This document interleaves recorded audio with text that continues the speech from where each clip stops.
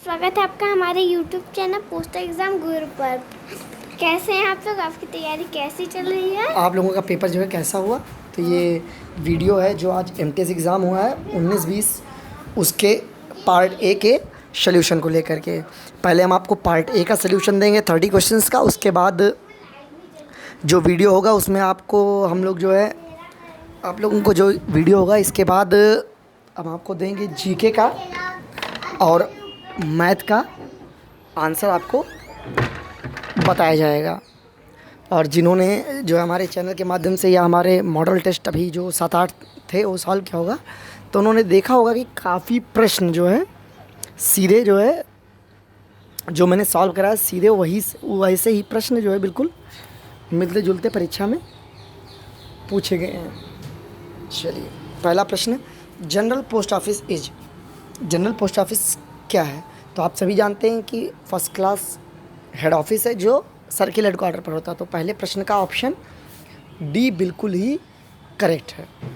अगला प्रश्न, ESMOEG, ये मैंने आपको नहीं बताया था, मैंने कहा था कि ये सर्विस अब बंद हो चुकी है और ये डिलीट हो चुका है। तो अगर जिसका भी ये प्रश्न गलत हुआ होगा अगर वो रिप्रेजेंट करेगा तो ये क्वेश्चन इवैल्यूएशन के दौरान डिलीट भी हो सकता है। तो ESMO का फुल फॉर्म है एक्सटेंडेड सैटेलाइट मनी ऑर्डर। आते हैं RLO की ओर। RLO मीन्स पूछा है कि RLO मीन्स, तो आप लोग जानते हैं कि RLO का जो फुल फॉर्म होता है वो होता है रिटर्न्ड लेटर ऑफिस, यानी ED लगा होता है, मैंने कई बार आपको बताया था। तो इसका आपका सही आंसर है option D, none of the above.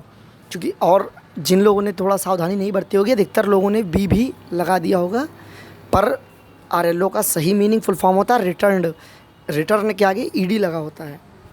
या जिन लोगों ने जो है अपनी क्षेत्रीय भाषा में या हिंदी में, जिन लोगों ने जैसे जो हिंदी में सॉल्व किया होगा तो वो पुनः प्रेषण केंद्र देख करके वो टिक लगा सकते थे।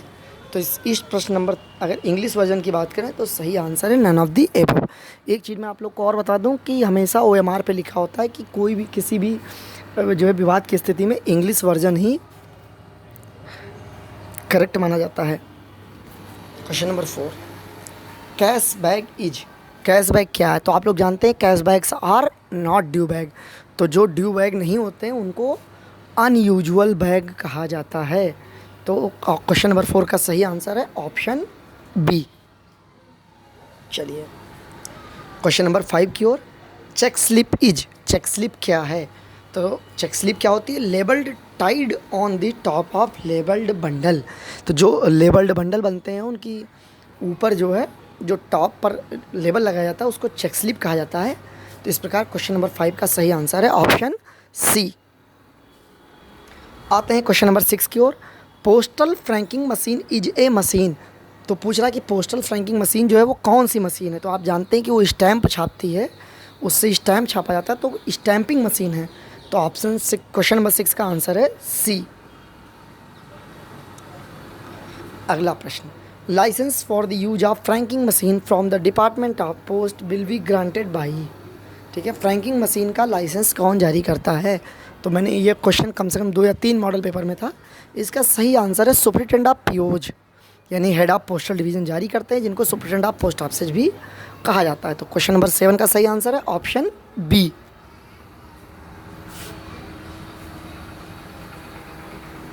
Question number 8, machine franked article posted in letter box shall be treated as.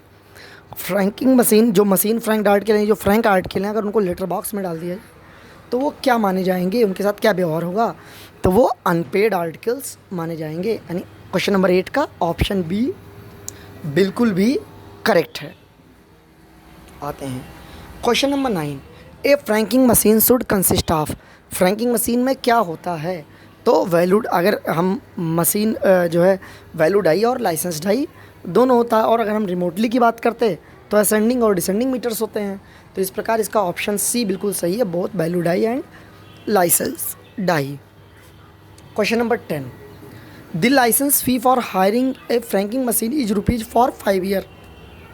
Franking machine लेने का लाइसेंस शुल्क या कितना है? तो आप सभी जानते हैं 375 रुपये है। Question number 11, manufacturing and use of fictitious postage stamp, जो है नकली कह लीजिए या जाली कह लीजिए, जाली डाक टिकट बनाना क्या है, तो आपको पता होना चाहिए कि ये पनिशेबल ऑफेंस है, यानी कि दंडनीय अपराध है। मैंने आपको सेक्शन भी बताया था 263 ए IPC का। तो ये 11 का आंसर सी आपका बिल्कुल ही करेक्ट है। अब आपने देखा अभी ऊपर कि कम से कम जो फ्रैंकिंग से 4 या 5 प्रश्न आपके पूछे गए हैं। फ्रैंकिंग मैंने पूरा डिटेल वीडियो बनाया था, इस पूरे पेपर को भी मैं सॉल्व कराऊंगा। जो मैंने देखा कि जो इंडिया पोस्ट वेबसाइट रेफरेंस था या सेविंग बैंक से कम पूछा गया है। लेकिन चलिए, काफ़ी लोग कह रहे थे सर लेटर साइज का ये वीडियो वो वीडियो, तो वो मैं नहीं बना पाया क्योंकि मुझे लग रहा था कि इस तरह का ज़्यादा आएगा नहीं, चूँकि डिपार्टमेंटल से पहली बार होने जा रहा है एग्ज़ाम, तो लगभग सरल ही आएगा। हाँ, लेकिन ये नहीं है कि आपका आने वाला जो PA का एग्ज़ाम या पोस्टमैन का एग्ज़ाम वो इजी आएगा, वो काफ़ी टफ होगा दोस्तों। चलते हैं अगले प्रश्न की ओर। Question number 12, the rent for post box and post bag from post office for 1 year is. ये कह रहा है कि पोस्ट बॉक्स और पोस्ट बैग एक साथ में अगर मिले लें तो 1 साल का किराया कितना होगा। सभी जानते हैं कि 250 होता है, अगर दोनों एक साथ लिया जाए तो option D. Question number 13, following letter can be delivered through post box. Post box से किस प्रकार के पत्रों का वितरण होता है। तो मैंने आपको बताया था पोस्ट बॉक्स की वीडियो में कि फुली प्रिपेयर्ड लेटर्स, तो 13th का ए। ये क्वेश्चन बहुत अच्छा है, क्वेश्चन नंबर 14। और मुझे उम्मीद है कि काफ़ी लोग जिन्होंने भी असावधानी बरती होगी, काफ़ी लोगों ने ऑप्शन ए पर भी टिक किया होगा, जैसा इसमें भी टिक कर दिया है, लेकिन ये गलत है। पूछ रहा है कि official postal article should bear the sub superscription as, यानी ऑफिशियल पोस्टल आर्टिकल के ऊपर पे क्या लिखा रहता है, कौन सा उदाहरण लिखा रहता है। तो मैंने आपको बताया था कि ऑन इंडिया गवर्नमेंट सर्विस लिखा होता है। अभी मैंने एक MCQ कराया था केवल ऑफिशियल पोस्टल आर्टिकल्स पर, वहाँ भी मैंने आपको बताया था कि OIGS या ऑन इंडिया गवर्नमेंट सर्विस लिखा होता है। तो 14th का बी, 14th का बी ही सही आंसर है। क्वेश्चन नंबर 15 की बात करते हैं। The postage chargeable on the delivery of unpaired official postal article और पैकेट इज। ये कह रहे हैं कि जैसे कोई ऑफिशियल पोस्टल आर्टिकल था वो अनपेड था, तो उसमें क्या व्यवहार किया जाएगा, कैसे किया जाएगा। तो सिंगल डिफिशिएंसी, मैंने आपको बताया था कि ऑफिशियल पोस्टल आर्टिकल में अगर इनसफिशिएंटली पेड होगा या अनपेड होगा तो जो भी डिफिशिएंसी होगी केवल वही लिया जाएगा। चलिए क्वेश्चन नंबर 16 की ओर। ये लेटर बॉक्स प्यून से आ गया। मैंने कहा था कि ये क्वेश्चन जरूर आएगा LB प्यून से। The main duty of letter box peon is. Letter box mail peon की जो है वो मेन ड्यूटी क्या है। तो सभी जानते हैं क्लियरेंस ऑफ लेटर बॉक्स, यानी पत्र पेटिका की निकासी कह लीजिए या खाली करना उसे। तो ऑप्शन सी करेक्ट है 16 का। क्वेश्चन नंबर 17 का, which of the following article is prohibited under inland post for transmission. ये क्वेश्चन भी मैंने आपको मॉडल पेपर में था, तो इसमें सही आंसर है ऑप्शन सी, ऑप्शन आर्टिकल। 17th का ऑप्शन सी बिल्कुल करेक्ट है। Question number 18, bulk customer of speed post service can have dash credit facility for payment bills. तो आप जानते हैं कि BNPL, बल्क कस्टमर्स को BNPL दिया जाता है, बुक नाउ पे लेटर सर्विस में क्रेडिट फैसिलिटी का भी ऑप्शन दिया जाता है कि जिसके माध्यम से वो बिल का भुगतान करें। तो 18th का ऑप्शन ए बिल्कुल करेक्ट है। चलिए क्वेश्चन नंबर 19 की बात करते हैं। Minimum amount of deposit while opening a new saving bank account in post office is rupees. ये मैंने आपको कई बार बताया है, मॉडल पेपर में भी था, कल जब मैंने इंटरेस्ट वाली वीडियो की थी तब भी मैंने आपको बताया था कि 500 से अब सेविंग बैंक अकाउंट खुलता है, यानी मिनिमम अमाउंट 500 है। ऑप्शन सी बिल्कुल ही करेक्ट है। Question number 20,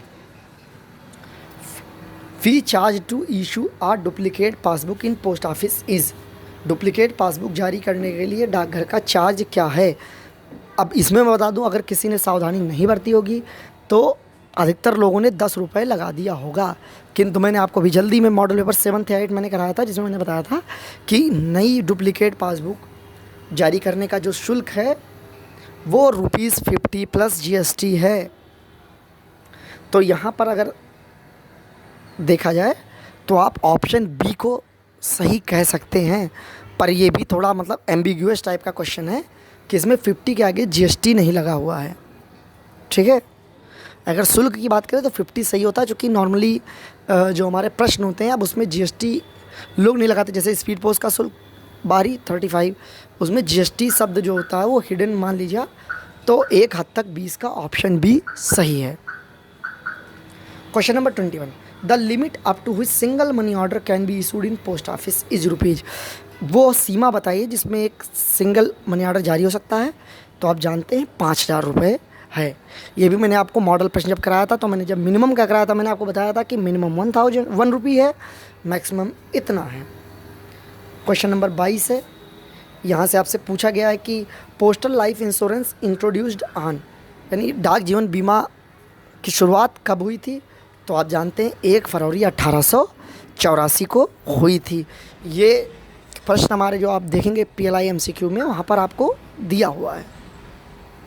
rural postal life came into existence based on committee report. ये पूछ रहा है कि PLI के काफ़ी बाद में आई थी, तो वो किस कमेटी की सिफारिश पर आई थी। आप जानते हैं GDS के लिए कमेटी बनती है, तो वो मल्होत्रा कमेटी की सिफारिश पर लाया गया था कि एक डाक जीवन बीमा हम कर ही रहे हैं, तो एक ग्रामीण डाक जीवन बीमा लाया गया था। तो इसका ऑप्शन ए करेक्ट है। Question number 24, a head post office is, प्रधान डाकघर है। तो इसका ऑप्शन ए करेक्ट है। Main office with SOs and BOs, कि ये मुख्य डाकघर है जिसमें एसओज होते हैं। बीच में मैं दोस्तों आपको बता दूं कि एक चल रहा था कि अब अभी भी वो प्रोजेक्ट चल रहा है कि हेड ऑफिस में अब बीओज नहीं रहेंगे, उसको एडजेसेंट डिलीवरी ऑफिस में शिफ्ट किया जाएगा। चूँकि हेड ऑफिस में विभिन्न प्रकार की सेवाएं स्टार्ट हो रही हैं, तो उसका वर्कलोड कम करने के लिए बीओज को हटाया जा रहा था। बहुत जगह नियरेस्ट डिलीवरी पीओज में शिफ्ट कर दिया गया, बहुत जगह बाकी है। पर अगर प्रश्न की बात करें तो क्वेश्चन नंबर 24 का करेक्ट ऑप्शन ए है। बात करते हैं 25 की, superintendent of post office is in charge. Superintendent of post office किसे कहते हैं या किसके चार्ज में होता है। तो आपको पता है कि जो पोस्टल डिवीज़न का हेड होता है उसको सुपरिटेंडेंट ऑफ पोस्ट ऑफिस या senior superintendent of post office कहते हैं। मालूम 5 से ये प्रश्न था, तो ऑप्शन सी करेक्ट है। The postal department is under the administrative control of. देखिए ये प्रश्न मैंने कई बार आप लोगों को कराया था। मैंने आपको हर बार बताया था कि जब आप PO गाइड पढ़ते हैं तो वहाँ पे डायरेक्टर जनरल लिखा होता है, DG पोस्ट लिखा होता है, जिस पे कई लोगों ने कमेंट किया कि सर सेक्रेटरी पोस्ट नहीं होता है, DG है, ये क्लॉज में लिखा हो। तो मैंने आपको कई बार बताया था कि जब से नई पोस्ट क्रिएट हो गई है, एडमिनिस्ट्रेटिव कंट्रोल सेक्रेटरी पोस्ट के पास आ गया है। कुछ मॉडल पेपर भी जब मैंने कराया था तो मैंने आपको बताया था कि यहाँ पे सेक्रेटरी पोस्ट नहीं दिया तो आप DG लगा सकते हैं, पर करेक्ट आंसर सेक्रेटरी पोस्ट ही होगा। अब आप इस क्वेश्चन को देख लीजिए, इसमें कहीं भी DG नहीं दिया हुआ है, तो 26 का करेक्ट आंसर है ऑप्शन ए। इस चीज़ को लेकर जब मैंने वीडियो कराई थी, मैंने एक ऑब्जेक्टिव भी सॉल्व कराया था, MCQ एक मॉडल पेपर मैंने बताया, तो काफ़ी लोगों ने कमेंट किया कि नहीं सर PO गाइड में DG होता है, लेकिन मैंने आपको बताया था और कई बार रिपीट करने। देखिए ये प्रश्न भी बाई चांस कह लीजिए एग्ज़ाम में आ गया। क्वेश्चन नंबर 26 का A. Question number 27, the department of post is divided into. देखिए क्वेश्चन सर्कल से भी आ गया कि डिपार्टमेंट ऑफ पोस्ट कितने सर्किल हैं। तो आप जानते हैं 23 सर्किल हैं और एक बेस सर्किल मैंने आपको बताया था। तो इसका सही आंसर है ऑप्शन डी। तो दोस्तों आपने अभी तक जो मैंने कराया आपने देखा होगा कि एक प्रश्न अगर मैं बात करूं मल्होत्रा कमेटी वाली और एक प्रश्न बात करूं मैं ESMO वाली, उसको छोड़कर सारे ही प्रश्न जितने मैंने आपको 7-8 मॉडल पेपर कराए थे या MCQs कराए थे लगभग उसी में से आ गए हैं। लेकिन किसी भी एग्ज़ाम के लिए सबसे आवश्यक ये नहीं होता कि हम मॉक करें, वो करें। मॉक हमारी एफिशिएंसी टेस्ट करता है, हमें कॉन्सेप्ट पढ़ना पड़ेगा। तो जो भी वीडियो थे वो तो डिटेल्ड थे, तो वहाँ पे मैं कहूँगा कि मेरा पढ़ा हुआ है, तो वो तो कोई भी ये कह देगा कि जब आपने पूरा सिलेबस ही पढ़ा दिया PO गाइड का वॉल्यूम 5 का तो आना ही था। लेकिन आपने ये देखा होगा जो इधर मैंने आपको MCQs कराए थे और 7-8 मॉडल पेपर, तो पूरा पेपर लगभग उसी में से उसी के इर्द गिर्द है। क्वेश्चन नंबर 28 की बात करेंगे। Post office are divided into. Post office कितनी श्रेणियों में विभक्त है। तो आप जानते हैं 3 कैटेगरीज हैं। HO मैंने बताया था आपको, HOSO PO। ऑप्शन बी बिल्कुल ही करेक्ट है। क्वेश्चन नंबर 29, मैंने आपको जब पढ़ाया था तब भी मैंने कहा था कि नाइट पोस्ट ऑफिस काफ़ी इम्पॉर्टेंट रहा है। नाइट पोस्ट ऑफिस से जो है प्रश्न लगातार आए हैं। तो ये पूछ रहा है कि नाइट पोस्ट ऑफिस किन डाकघरों को कहा जाता है। तो आप जानते हैं which work on Sundays and postal holidays. जो रविवार और डाकघर की छुट्टियों के दिन काम करते हैं उनको नाइट पोस्ट ऑफिस रात्रिकालीन डाकघर कहा जाता है। 29 का ऑप्शन ए करेक्ट है।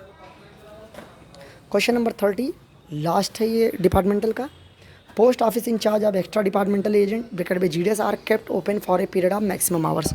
कल ही ये प्रश्न था, पूछ रहा कि ग्रामीण जो डाकघर होते हैं जो जीडीएस के कंट्रोल में होते हैं कितने घंटे अधिकतम खोला जाता है, तो 5 घंटे। कल ही के मॉडल पेपर में था। इस प्रकार जो है दोस्तों आपका ये 30 प्रश्न पूरा हुआ, जिसमें मैं फिर कह रहा हूँ कि जो भी मॉडल पेपर्स मैंने सॉल्व कराए तो उसमें से 28 प्रश्न आए हैं, 2 प्रश्न नहीं आए हैं।